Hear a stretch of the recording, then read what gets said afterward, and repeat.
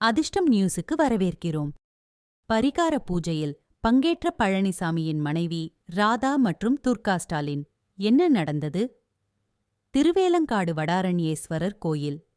இங்கே மாத்தீஸ்வரர் பரிகார பூஜையில் அதிமுக பொதுச் செயலாளர் பழனிசாமியின் மனைவி ராதா பங்கேற்றார். இங்கே சனிக்கிழமை தோறும் நடக்கக்கூடிய இந்த பரிகாரம் ரொம்ப முக்கியமானது. இப்படிப்பட்ட சூழ்நிலையில் இந்த கோயிலுக்கு அடிக்கடி வந்து போகும் இன்னொருவர் முதலமைச்சருடைய மனைவி துர்கா ஸ்டாலின்.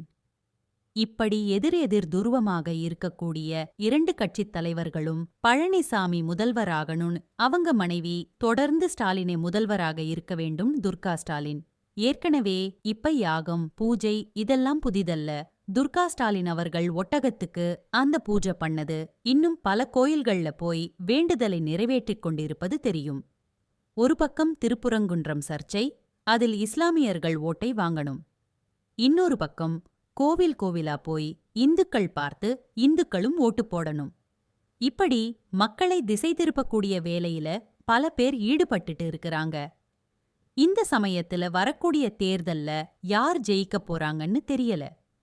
இன்னைக்கு இருக்கக்கூடிய சூழ்நிலையில இந்த கோயிலில் குறிப்பாக இந்த யாகம் அப்படிங்கிறது ரொம்ப முக்கியம். அப்படிங்கிறதுனால இப்ப சாமியார்களுக்கும் கோயில்களுக்கும் மவுஸ் மிகவும் கூடிவிட்டதாக சொல்றாங்க. இன்னைக்க டி.டாமுகே அமைச்சர்கள் மேல ஊழல் குற்றச்சாட்டு, உச்ச நீதிமன்றத்துல ஸ்டாலின் வழக்கு, இப்படி பல விஷயங்கள் இருக்கும்போது இந்த யாகம் அப்படிங்கிறது ரொம்ப முக்கியமா பார்க்கப்படுது. ஏற்கனவே மருமகன் உங்களுக்கு தெரியும், பல பேர் யாகம் பண்ணது. வெளியில நாங்கள் பகுத்தறிவாதிகள் அப்படின்னு சொன்னாலும் கூட உள்ளுக்குள்ள திமுக தலைவர்கள், அவங்க குடும்பத்தைச் சேர்ந்தவர்கள் கோயில் கோயிலாக போகிறது அப்படிங்கிறது மக்கள் இன்னைக்கு வந்து கொஞ்சம் வித்தியாசமாதான் பார்க்கிறாங்க. அரசியல்ல இதெல்லாம் சகஜம்பா அப்படின்னு கடந்துதான் போகணும். ஆனா ஒரே ஒரு கோயில்ல 2 தலைவர்களுடைய மனைவிகள் வந்தது. அரசியல் வட்டாரத்துல ஒரு பரபரப்பு. இது ஒரு முக்கியமான செய்தியாத்தான் நம்ம பார்க்க முடியுது.